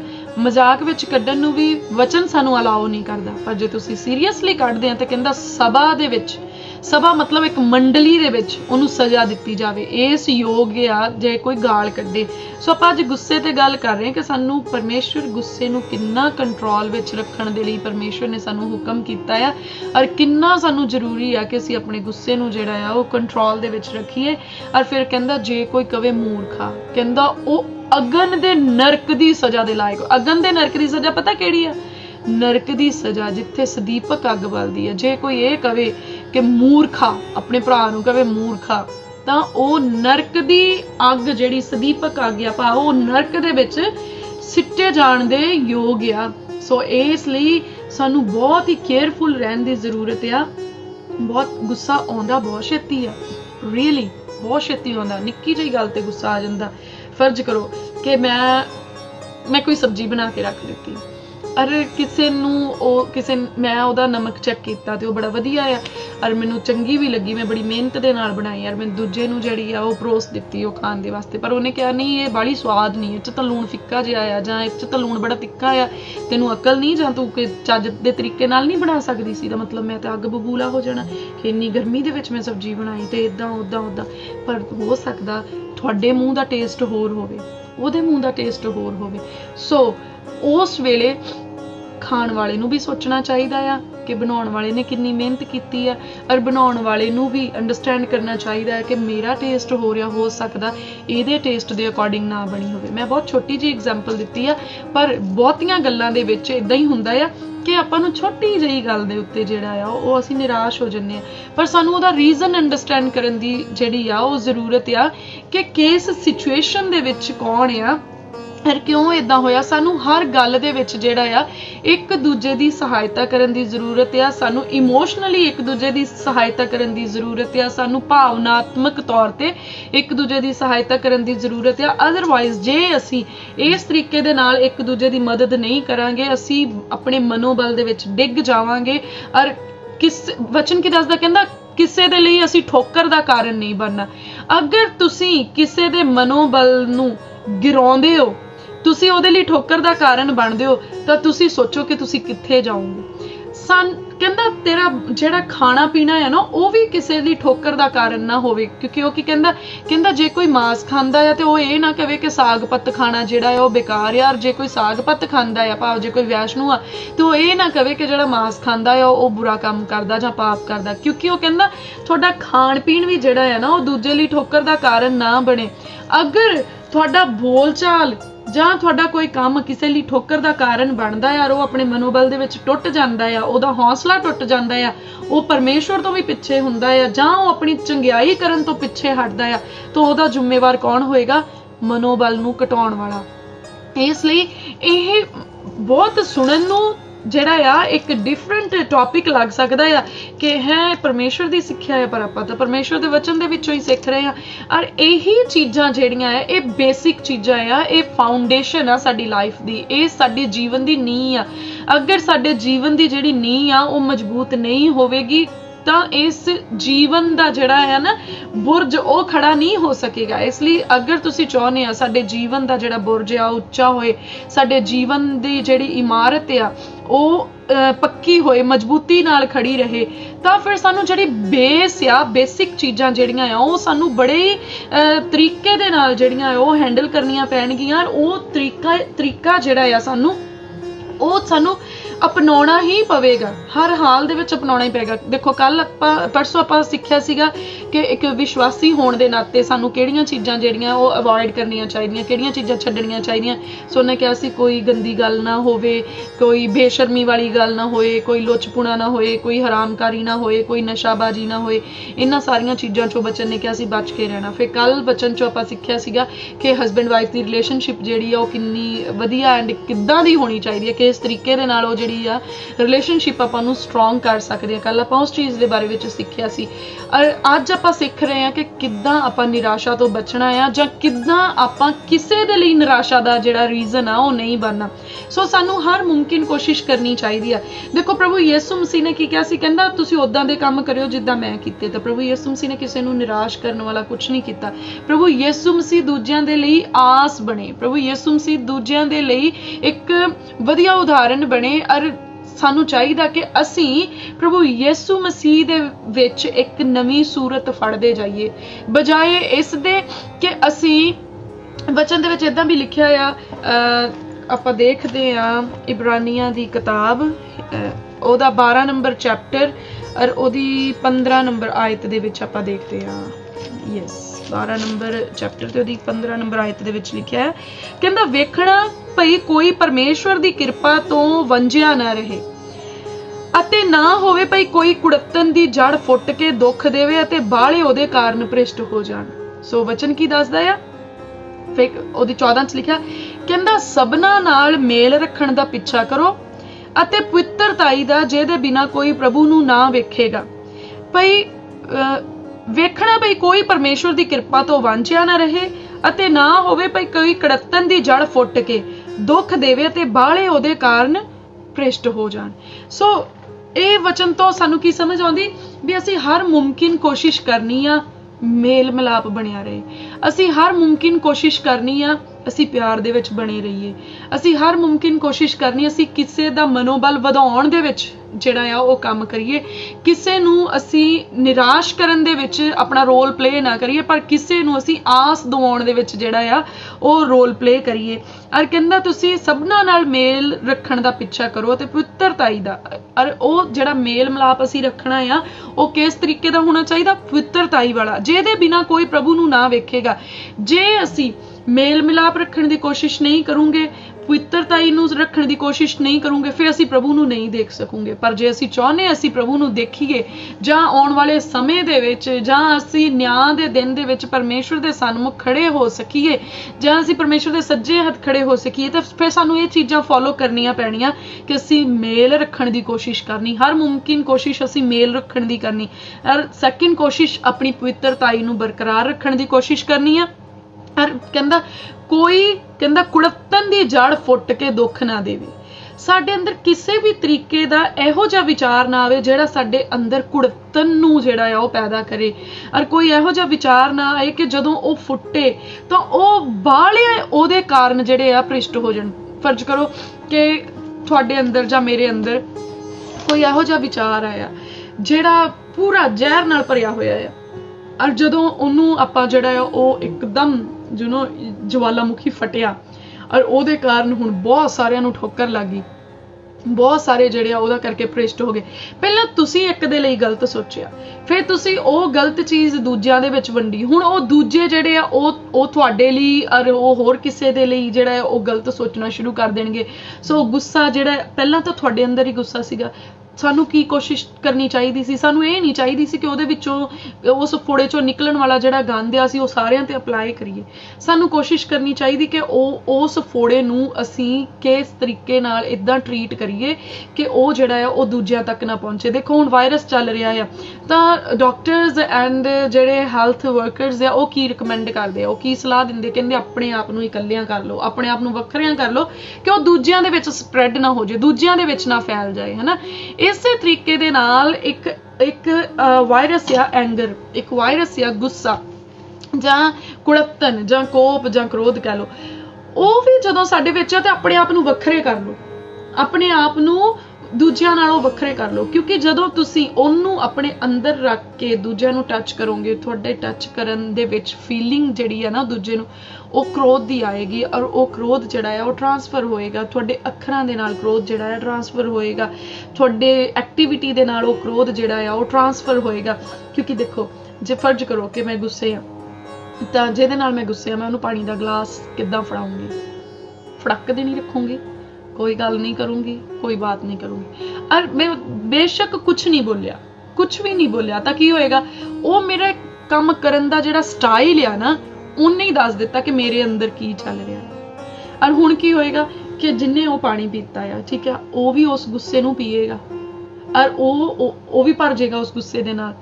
ਹੁਣ ਪਹਿਲਾਂ ਇੱਕ ਦੇ ਵਿੱਚ ਉਹ ਵਾਇਰਸ ਸੀਗਾ, ਹੁਣ ਉਹ ਦੂਜੇ ਦੇ ਵਿੱਚ ਚਲੇਗਾ, ਹੁਣ ਉਹ ਦੂਜਾ ਜਿਹੜਾ ਆ ਉਹ ਵੀ ਭਰ ਗਿਆ ਉਸ ਚੀਜ਼ ਦੇ ਨਾਲ, ਤੇ ਉਹ ਜਦੋਂ ਦੂਜਿਆਂ ਦੇ ਨਾਲ ਡੀਲ ਕਰੇਗਾ, ਕਿਸੇ ਹੋਰ ਦੇ ਨਾਲ ਉਹ ਗੱਲ ਕਰੇਗਾ, ਤਾਂ ਉਹ ਵੀ ਜਿਹੜਾ ਆ ਉਸ ਚੀਜ਼ ਦੇ ਉਸ ਵਾਇਰਸ ਦੀ ਲਪੇਟ ਦੇ ਵਿੱਚ ਆ ਜਾਏਗਾ। ਸੋ ਇਸ ਤਰੀਕੇ ਦੇ ਨਾਲ ਵਚਨ ਕੀ ਦੱਸਦਾ, ਕਹਿੰਦਾ ਤੁਹਾਡੇ ਅੰਦਰ ਕ੍ਰੋਧ ਦੀ ਜੜ ਜਿਹੜੀ ਆ ਉਹ ਇਹ ਨਾ ਹੋਵੇ ਕਿ ਉਹ ਫੁੱਟ ਨਿਕਲੇ ਤੇ ਉਹਦੇ ਫੁੱਟਣ ਦੇ ਨਾਲ ਬਹੁਤੇ ਭ੍ਰਿਸ਼ਟ ਹੋ ਜਾਣ, ਭਾਵ ਫਿਰ ਉਹ ਸਾਰਾ ਮਾਹੌਲ ਹੀ ਜਿਹੜਾ ਆ ਉਹ ਉਸ ਤਰੀਕੇ ਦਾ ਹੋ ਜਾਏਗਾ। ਇਸ ਲਈ ਜਦੋਂ ਵੀ ਇਹ ਵਾਲਾ ਵਾਇਰਸ ਜਿਹੜਾ ਗੁੱਸੇ ਦਾ ਆ, ਕ੍ਰੋਧ ਦਾ ਆ, ਜਦੋਂ ਵੀ ਤੁਹਾਨੂੰ ਲੱਗਦਾ ਕਿ ਇਹ ਵਾਇਰਸ ਮੇਰੀ ਬਾਡੀ ਦੇ ਵਿੱਚ ਐਂਟਰ ਕਰ ਗਿਆ ਜਾਂ ਮੇਰੇ ਮਾਈਂਡ ਦੇ ਵਿੱਚ ਐਂਟਰ ਕਰ ਗਿਆ ਜਾਂ ਮੇਰੇ ਥਾਟਸ ਦੇ ਵਿੱਚ ਐਂਟਰ ਕਰ ਗਿਆ, ਤਾਂ ਫਿਰ ਸਾਨੂੰ ਇਹਦੇ ਤੋਂ ਪਿੱਛੇ ਆਪਣੇ ਆਪ ਨੂੰ ਜਿਹੜਾ ਆ ਉਹ ਲੈ ਕੇ ਪਿੱਛੇ ਹੋ ਜਾਣਾ ਆ। ਔਰ ਫਿਰ ਅਸੀਂ ਕਿੱਥੇ ਜਾਣਾ ਆ? ਯਿਸੂ ਵੈਦ ਰੋਗੀਆਂ ਦਾ ਆ ਗਿਆ, ਯਿਸੂ ਵੈਦ ਰੋਗੀਆਂ ਦਾ। ਤਾਂ ਫਿਰ ਅਸੀਂ ਪਰਮੇਸ਼ਵਰ ਦੀ ਹਜ਼ੂਰੀ ਦੇ ਵਿੱਚ ਚਲੇ ਜਾਣਾ ਔਰ ਫਿਰ ਅਸੀਂ ਪਰਮੇਸ਼ਵਰ ਨੂੰ ਕਹਿਣਾ ਕਿ ਪ੍ਰਭੂ ਤੁਸੀਂ ਇਸ ਵਾਇਰਸ ਤੋਂ ਮੈਨੂੰ ਆਜ਼ਾਦ ਕਰੋ, ਪ੍ਰਭੂ ਤੁਸੀਂ ਇਸ ਗੁੱਸੇ ਵਾਲੇ ਵਾਇਰਸ ਤੋਂ ਮੈਨੂੰ ਆਜ਼ਾਦ ਕਰੋ, ਪ੍ਰਭੂ ਮੈਨੂੰ ਇਸ ਨਿਰਾਸ਼ਾ ਤੋਂ ਆਜ਼ਾਦ ਕਰੋ, ਤਾਂ ਜੋ ਇਹ ਚੀਜ਼ ਜਿਹੜੀ ਆ ਉਹ ਦੂਜਿਆਂ ਦੇ ਵਿੱਚ ਸਪਰੈਡ ਨਾ ਹੋਵੇ। ਪ੍ਰਭੂ ਤੁਸੀਂ ਮੇਰੇ ਉੱਤੇ ਖੁਸ਼ੀ ਦਾ ਮਸਾ ਭੇਜ ਕੇ ਮੇਰੇ ਇਸ ਗੁੱਸੇ ਨੂੰ ਜਿਹੜਾ ਆ ਉਹ ਸ਼ਾਂਤੀ ਦੇ ਵਿੱਚ ਤਬਦੀਲ ਕਰ ਦਿਓ। ਪ੍ਰਭੂ ਤੁਹਾਡੀ ਸ਼ਾਂਤੀ ਮੇਰੇ ਉੱਤੇ ਬਹੁਤਾਇਤ ਦੇ ਨਾਲ ਆਏ ਔਰ ਪ੍ਰਭੂ ਤੁਹਾਡੇ ਆਤਮਾ ਦੇ ਵਸੀਲੇ ਮੈਂ ਸ਼ਾਂਤੀ ਨਾਲ ਭਰ ਜਾਵਾਂ ਔਰ ਇਹ ਗੁੱਸਾ ਜਿਹੜਾ ਆ ਇਹ ਖਤਮ ਹੋ ਜਾਏ। ਸੋ ਆਪਣੀ ਇੱਕ ਲੜਾਈ ਆ, ਵਚਨ ਕੀ ਦੱਸਦਾ? ਕਹਿੰਦਾ ਤੁਹਾਡੀ ਲੜਾਈ ਜਿਹੜੀ ਆ ਲਹੂ ਤੇ ਮਾਸ ਦੇ ਨਾਲ ਨਹੀਂ ਆ ਪਰ ਅੰਧਕੋਰ ਦੇ ਯੋਧਿਆਂ ਦੇ ਨਾਲ ਆ। ਸੋ ਅੰਧਕੋਰ ਦੇ ਯੋਧਿਆਂ ਦੇ ਨਾਲ ਆ। ਸੋ ਸਾਡੀ ਲੜਾਈ ਕੀ ਆ? ਇਹ ਗੁੱਸਾ ਕਿੱਥੋਂ ਆਉਂਦਾ? ਇਹ ਇੱਕ ਅੰਧਕੋਰ ਦਾ ਯੋਧਾ ਆ। ਇਹਦੇ ਨਾਲ ਅਸੀਂ ਜਿਹੜੀ ਆ ਸਾਡਾ ਬੈਟਲਫੀਲਡ ਜਿਹੜਾ ਆ, ਸਾਡਾ ਬੈਟਲਫੀਲਡ ਸਪਿਰਿਚੁਅਲ ਆ, ਸੁਪਰਨੈਚੁਰਲ ਆ। ਸਾਡਾ ਲੜਾਈ ਦਾ ਜਿਹੜਾ ਮੈਦਾਨ ਆ ਉਹ ਆਤਮਿਕ ਆ ਔਰ ਇਸ ਆਤਮਿਕ ਮੈਦਾਨ ਦੇ ਵਿੱਚ ਆਤਮਿਕ ਯੋਧਿਆਂ ਦੇ ਨਾਲ ਸਾਡੀ ਲੜਾਈ ਆ, ਜਿਹੜੇ ਅੰਧਕੋਰ ਦੇ, ਅਗਰ ਅਸੀਂ ਚਾਨਣ ਦੇ ਵਿੱਚ ਆ ਤਾਂ ਸਾਡੇ ਜੀਵਨ ਦੇ ਵਿੱਚ ਸਾਡੀ ਲੜਾਈ ਅੰਧਕੋਰ ਦੇ ਯੋਧਿਆਂ ਦੇ ਨਾਲ ਆ ਔਰ ਉਹਨਾਂ ਦੇ ਉੱਤੇ ਫਤਿਹ ਪਾਉਣ ਦੇ ਲਈ ਸਾਨੂੰ ਪਰਮੇਸ਼ਵਰ ਦੀ ਸਾਮਰਥ ਦੀ ਜ਼ਰੂਰਤ ਆ। ਸਾਨੂੰ ਉਹ ਚੀਜ਼ਾਂ ਜਿਹੜੀਆਂ ਐਕਸਪੈਕਟ ਕਰਨ ਦੀ ਕਿ ਕੋਈ ਮੇਰੇ ਲਈ ਕਰੇ ਉਹਨਾਂ ਦੀ ਨਹੀਂ, ਪਰ ਪਰਮੇਸ਼ਵਰ ਦੀ ਸਾਮਰਥ ਦੀ ਜ਼ਰੂਰਤ ਆ। ਇਸ ਲਈ ਸਾਨੂੰ ਸਮਝਣ ਦੀ ਜ਼ਰੂਰਤ ਆ ਕਿ ਕਿੱਧਰੋਂ ਆ ਰਿਹਾ, ਇਹ ਇੱਕ ਵੈਰੀ ਦਾ ਅਟੈਕ ਆ ਔਰ ਇਸ ਅਟੈਕ ਦੇ ਉੱਤੇ ਫਤਿਹ ਪਾਉਣ ਦੇ ਲਈ ਸਾਨੂੰ ਪਰਮੇਸ਼ਵਰ ਦੀ ਹਜ਼ੂਰੀ ਦੇ ਵਿੱਚ ਬੈਠਣਾ ਪਏਗਾ, ਪਰਮੇਸ਼ਵਰ ਦੀ ਹਜ਼ੂਰੀ 'ਚ ਗੋਡੇ ਟੇਕਣੇ ਪੈਣਗੇ ਔਰ ਸਾਨੂੰ ਕਾਮ ਰਹਿਣ ਦੀ ਕੋਸ਼ਿਸ਼ ਕਰਨੀ ਪਏਗੀ, ਸਾਨੂੰ ਸ਼ਾਂਤ ਰਹਿਣ ਦੀ ਕੋਸ਼ਿਸ਼ ਕਰਨੀ ਪਏਗੀ, ਸਾਨੂੰ ਚੁੱਪ ਰਹਿਣ ਦੀ ਕੋਸ਼ਿਸ਼ ਕਰਨੀ ਪਏਗੀ, ਸਾਨੂੰ ਉਸ ਚੀਜ਼ ਨੂੰ ਮਾਰਨ ਦੀ ਜਿਹੜੀ ਆ ਉਹ ਕੋਸ਼ਿਸ਼ ਕਰਨੀ ਪਏਗੀ ਔਰ ਇਹੀ ਸਾਡੀ ਲੜਾਈ ਆ। ਇਸੇ ਤਰੀਕੇ ਦੇ ਨਾਲ ਅਸੀਂ ਫਤਿਹਮੰਦ ਹੋ ਸਕਦੇ ਹਾਂ। ਸੋ ਅੱਜ ਜਿਹੜਾ ਆ ਮੇਰਾ ਵਿਸ਼ਾ ਜਿਹੜਾ ਆ ਉਹ ਇਹੀ ਆ ਕਿ ਅਗਰ ਅਸੀਂ ਇਸ ਚੀਜ਼ ਦੇ ਉੱਤੇ ਕਾਬੂ ਪਾ ਲਿਆ, ਅਸੀਂ ਆਪਣੀ ਜ਼ਿੰਦਗੀ ਦੀ ਅੱਧਿਓਂ ਵੱਧ ਜਿਹੜੀ ਲੜਾਈ ਆ ਉਹਨੂੰ ਜਿੱਤ ਲਵਾਂਗੇ। ਕਿਉਂਕਿ ਮੈਂ ਬਹੁਤ ਸਾਰੇ ਇਹੋ ਜਿਹੇ ਭੈਣ ਭਰਾਵਾਂ ਨੂੰ ਜਾਣਦੀ ਆ ਜਿਨ੍ਹਾਂ ਦੇ ਬਾਰੇ ਮੈਂ ਸੋਚ ਹੀ ਨਹੀਂ ਸਕਦੀ ਕਿ ਉਹ ਕਿੱਦਾਂ ਆਪਣੇ ਆਪ ਨੂੰ ਜਿਹੜਾ ਆ ਇਦਾਂ ਮੈਨੇਜ ਕਰਦੇ ਆ। ਰੀਅਲੀ ਉਹ ਕਪਲਸ ਆ, ਇਦਾਂ ਉਹ ਆਪਣੀ ਫੈਮਿਲੀ ਦੇ ਵਿੱਚ ਆ, ਇਦਾਂ ਉਹ ਆਪਣੀ ਸੰਗਤ ਦੇ ਵਿੱਚ ਆ, ਇਦਾਂ ਉਹ ਆਪਣੇ ਫਰੈਂਡ ਸਰਕਲ ਦੇ ਵਿੱਚ ਆ ਕਿ ਦੇ ਆਰ ਸੋ ਪੋਲਾਈਟ, ਇੰਨੇ ਉਹ ਨਰਮ ਆ, ਇੰਨੀ ਨਰਮਾਈ ਦੇ ਨਾਲ ਆ, ਇੰਨੇ ਸੋਹਣੇ ਤਰੀਕੇ ਦਾ ਉਹਨਾਂ ਦਾ ਬੋਲ ਚਾਲ ਹੈ। ਈਵਨ ਨਾਟ ਕਿ ਸ਼ੋਅ ਆਫ ਦੇ ਲਈ ਨਹੀਂ, ਕਿ ਸਿਰਫ ਵਿਖਾਵੇ ਦੇ ਲਈ ਨਹੀਂ, ਪਰ ਇਨ ਐਕਚੁਅਲ ਸੱਚਾਈ ਦੇ ਵਿੱਚ। ਪਰ ਬਹੁਤ ਸਾਰਿਆਂ ਨੂੰ ਮੈਂ ਇਹੋ ਜਿਹਾ ਨੂੰ ਵੀ ਜਾਣਦੀ ਹਾਂ ਕਿ ਜੇ ਤੁਸੀਂ ਉਹਨਾਂ ਨੂੰ ਬੁਲਾਓ ਤਾਂ ਇਹੋ ਜਿਹਾ ਸ਼ਬਦ ਬੋਲਣਗੇ ਕਿ ਮਤਲਬ ਤੁਹਾਨੂੰ ਨਾ, ਇੱਕ ਤਾਂ ਹੁੰਦਾ ਕਿ ਚੀਰਨਾ ਜਾਂ ਵੱਜਣਾ, ਇੱਕ ਹੁੰਦਾ ਕਿ ਤੁਹਾਨੂੰ ਨਿੱਕੇ ਨਿੱਕੇ ਟੋਟਿਆਂ ਦੇ ਵਿੱਚ ਜਿਹੜਾ ਉਹ ਕਰ ਦੇਣਗੇ। ਤਾਂ ਇਹੋ ਜਿਹੇ ਲੋਕਾਂ ਨੂੰ ਵੀ ਮੈਂ ਜਾਣਦੀ ਹਾਂ। ਪਰ ਅਸੀਂ, ਵਚਨ ਕੀ ਦੱਸਦਾ? ਕਹਿੰਦਾ ਅਸੀਂ ਇੱਕ ਨਮੂਨੇ ਬਣਨਾ ਹੈ, ਉਹ ਨਮੂਨੇ ਜਿਹੜੇ ਪਰਮੇਸ਼ਵਰ ਦੇ ਸਰੂਪ ਦੇ ਵਿੱਚ ਢਲੇ ਹੋਏ ਹੋਣ। ਸੋ ਅਸੀਂ ਕੋਸ਼ਿਸ਼ ਕਰਨੀ ਆ ਹਰ ਤਰੀਕੇ ਦੇ ਨਾਲ ਕਾਇੰਡ ਹੋਣ ਦੀ, ਦਿਆਲੂ ਬਣਨ ਦੀ, ਔਰ ਹਰ ਕੋਸ਼ਿਸ਼ ਕਰਨੀ ਅਸੀਂ ਇਸ ਵੈਰੀ ਦੇ ਅਟੈਕ ਤੋਂ ਬਚਣ ਦੀ, ਔਰ ਕੋਸ਼ਿਸ਼ ਕਰਨੀ ਆ ਕਿ ਅਸੀਂ ਇਸ ਚੀਜ਼ ਨੂੰ ਸਪਰੈਡ ਨਾ ਕਰੀਏ। ਇਸ ਜਿਹੜਾ ਇਹ ਵਾਇਰਸ ਆ, ਜਿਹੜਾ ਕ੍ਰੋਧ ਦਾ, ਐਂਗਰ ਦਾ, ਗੁੱਸੇ ਦਾ, ਇਹਨੂੰ ਅਸੀਂ ਜਿਹੜਾ ਆ ਅੱਗੇ ਨਾ ਫੈਲਾਈਏ। ਪਰ ਸਾਡੇ ਅੰਦਰ ਜਿਹੜਾ ਸ਼ਾਂਤੀ ਦਾ ਪਰਮੇਸ਼ਵਰ ਨੇ ਸਰੋਤ ਜਿਹੜਾ ਆ, ਯਿਸੂ ਮਸੀਹ ਨੇ ਕੀ ਕਿਹਾ? ਮੈਂ ਜਾਣਾ ਹੈ ਤੇ ਆਪਣੀ ਸ਼ਾਂਤੀ ਤੁਹਾਨੂੰ ਦਿੰਨਾ ਹੈ।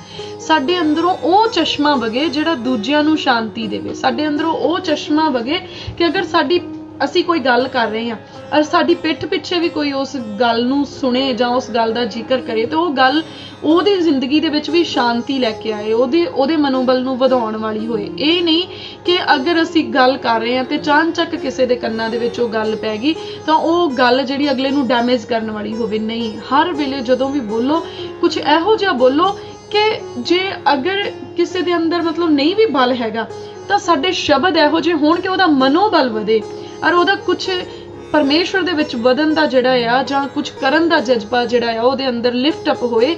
ਇਹਦੀ ਬਜਾਏ ਕਿ ਅਸੀਂ ਕੁਝ ਇਹੋ ਜਿਹੇ ਸ਼ਬਦ ਬੋਲੀਏ ਕਿ ਅਗਰ ਉਹ ਇਨਸਾਨ ਦੇ ਕੰਨਾਂ ਦੇ ਵਿੱਚ ਪੈ ਜਾਣ ਤੇ ਉਹ ਮਤਲਬ ਸਾਰੇ ਹਥਿਆਰ ਸਿੱਟ ਦੇਵੇ। ਇਸ ਲਈ ਸਾਨੂੰ ਇੱਕ ਕੋਸ਼ਿਸ਼ ਕਰਨੀ ਆ, ਔਰ ਇਹ ਸਾਡੀ ਫਾਊਂਡੇਸ਼ਨ ਆ, ਇਹ ਸਾਡਾ ਬੇਸ ਆ ਮਸੀਹੀ ਲਾਈਫ ਦਾ। ਇਹਨਾਂ ਦਿਨਾਂ ਦੇ ਵਿੱਚ ਆਪਾਂ ਇਹੀ ਸਿੱਖ ਰਹੇ ਆ ਕਿ ਆਪਾਂ ਇਸ ਲਾਈਫ ਦੇ ਵਿੱਚ, ਇਸ ਸਟਰਗਲ ਦੇ ਵਿੱਚ ਆਪਾਂ ਕਿੱਦਾਂ ਸਕਸੈਸਫੁਲ ਹੋਣਾ ਹੈ। ਔਰ ਦੇਖੋ ਆਪਾਂ ਪਰਮੇਸ਼ਵਰ ਦੇ ਅੱਗੇ ਹੁਣ ਸਾਡੇ ਕੋਲ ਕੋਈ ਐਕਸਕਿਊਜ਼ ਨਹੀਂ ਰਿਹਾ ਕਿ ਪ੍ਰਭੂ ਤੁਸੀਂ ਸਾਨੂੰ ਟਾਈਮ ਨਹੀਂ ਦਿੱਤਾ ਅੰਡਰਸਟੈਂਡ ਕਰਨ ਨੂੰ, ਪ੍ਰਭੂ ਤੁਸੀਂ ਸਾਨੂੰ ਸਮਝਣ ਨੂੰ ਟਾਈਮ ਨਹੀਂ ਦਿੱਤਾ। ਇੱਕ ਮਸੀਹੀ ਚੇਲੇ ਦੀ ਲਾਈਫ ਕਿੱਦਾਂ ਦੀ ਹੋਣੀ ਚਾਹੀਦੀ ਹੈ, ਇੱਕ ਮਸੀਹ ਬੰਦੇ ਦੀਆਂ ਸੋਚਾਂ ਕਿੱਦਾਂ ਦੀਆਂ ਹੋਣੀਆਂ ਚਾਹੀਦੀਆਂ। ਕਈ ਵਾਰੀ ਸਾਨੂੰ ਲੱਗਦਾ ਕਿ ਜਿਹੜਾ ਗੁੱਸਾ ਆ ਇਹ ਕੋਈ ਪਾਪ ਨਹੀਂ ਹੈਗਾ। ਸਾਨੂੰ ਲੱਗਦਾ ਕਿ ਗੁੱਸਾ ਇਹ ਤਾਂ ਪਰਮੇਸ਼ਵਰ ਦੀ ਰਾਜ ਦੇ ਵਿੱਚ ਗੁੱਸਾ ਤਾਂ ਇੱਕ ਨਾਰਮਲ ਚੀਜ਼, ਅਸੀਂ ਕਹਿੰਦੇ ਇਹ ਤਾਂ ਮਨੁੱਖੀ ਸੁਭਾਅ ਆ, ਗੁੱਸਾ ਤਾਂ ਕਿਸੇ ਨੂੰ ਵੀ ਆ ਸਕਦਾ।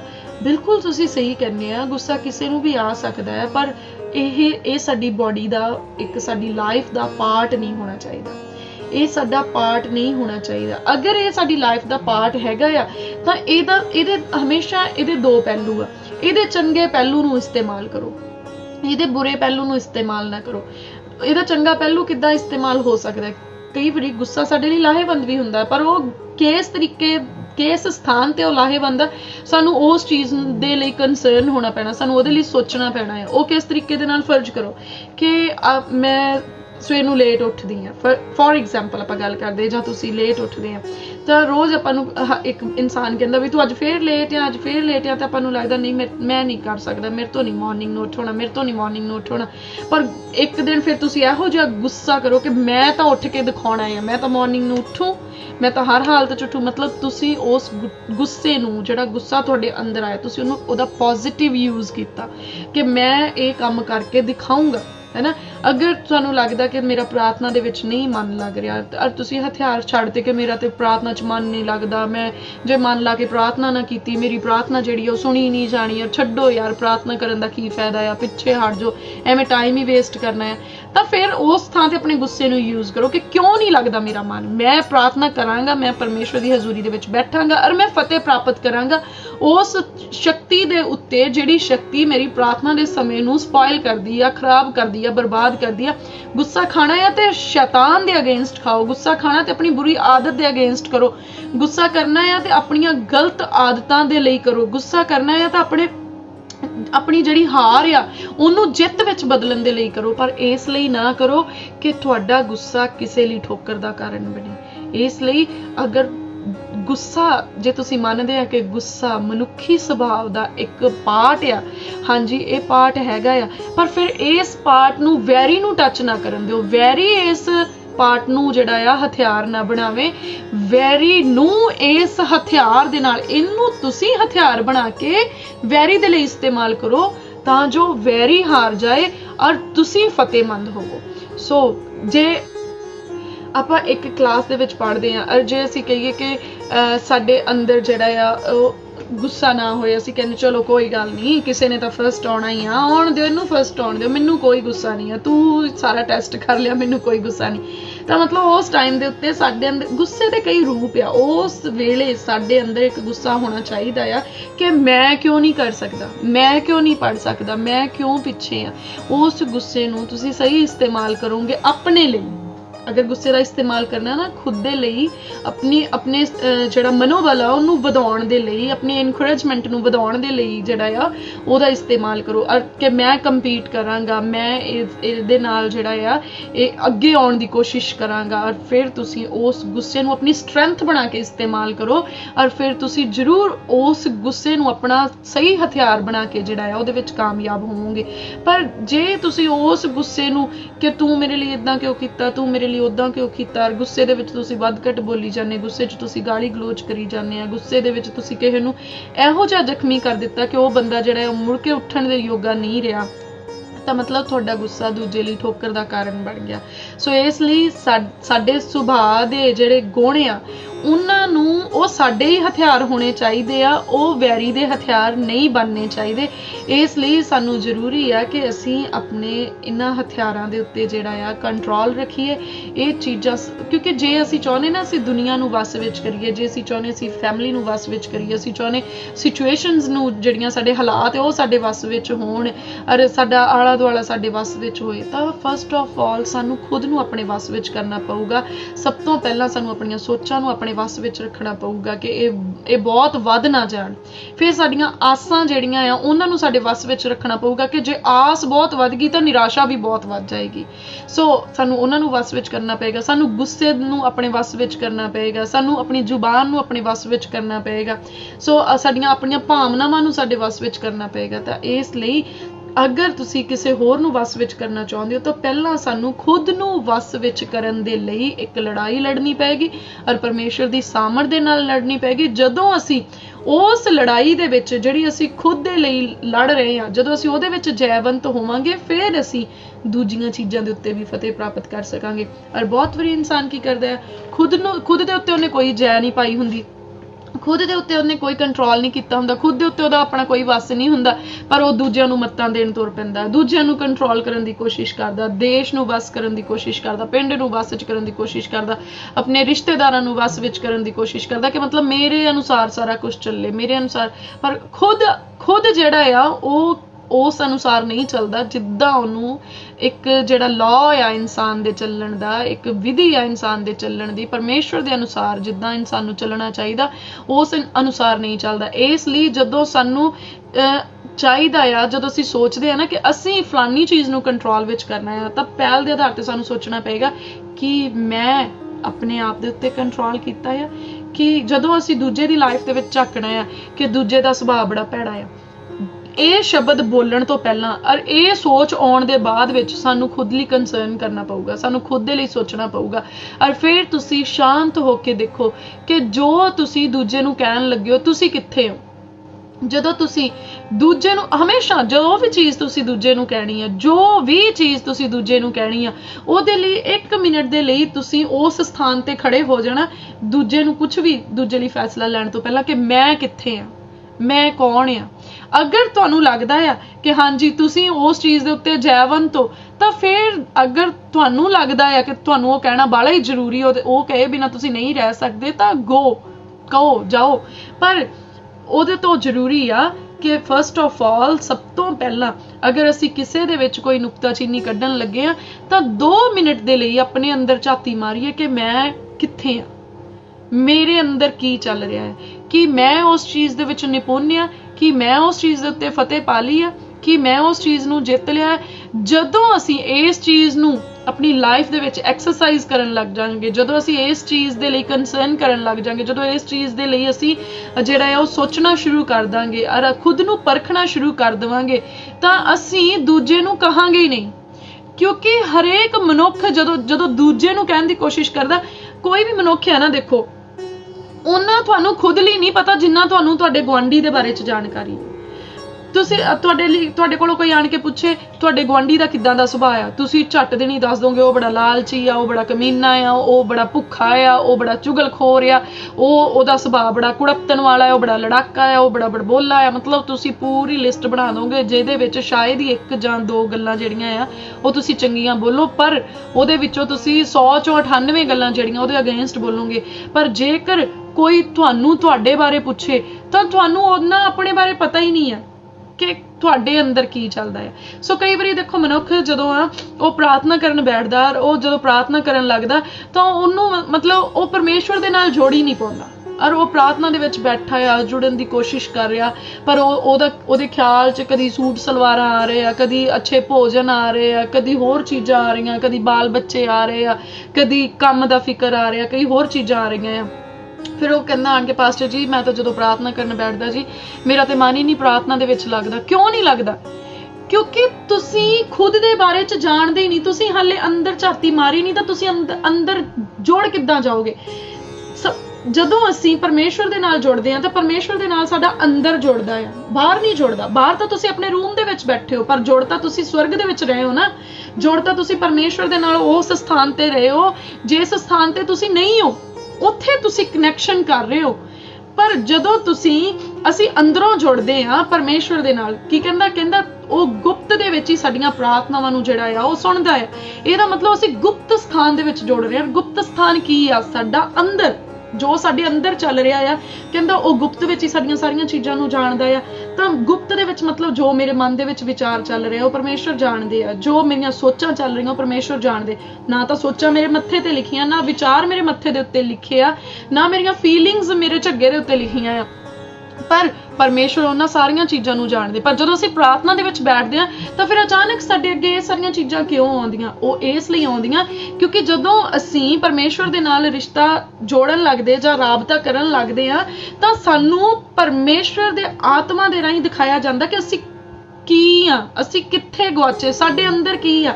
ਸਾਡੇ ਅੰਦਰ ਤਾਂ ਫਿਕਰ ਆ ਬਾਲ ਬੱਚਿਆਂ ਦਾ, ਸਾਡੇ ਅੰਦਰ ਤਾਂ ਲਾਲਚ ਆ ਸੂਟਾਂ ਸਲਵਾਰਾਂ ਦਾ, ਸਾਡੇ ਅੰਦਰ ਤਾਂ ਲਾਲਚ ਆ ਧਨ ਦੌਲਤ ਦਾ, ਸਾਡੇ ਅੰਦਰ ਤਾਂ ਲਾਲਚ ਆ ਗੁਆਂਢੀ ਦੀ ਚੀਜ਼ ਵੀ ਮੈਨੂੰ ਮਿਲ ਜਾਏ। ਤਾਂ ਜਦੋਂ ਅਸੀਂ ਪ੍ਰਾਰਥਨਾ ਕਰਨ ਬੈਠਦੇ ਉਹੀ ਚੀਜ਼ਾਂ ਪਹਿਲਾਂ ਸਾਡੇ ਜਿਹੜੀਆਂ ਆ ਉਹ ਬਾਹਰ ਆਉਣੀਆਂ ਸ਼ੁਰੂ ਹੁੰਦੀਆਂ ਆ, ਔਰ ਸਾਨੂੰ ਲੱਗਦਾ ਕਿ ਸਾਡਾ ਮਨ ਜਿਹੜਾ ਆ ਉਹ ਨਹੀਂ ਜੁੜ ਰਿਹਾ।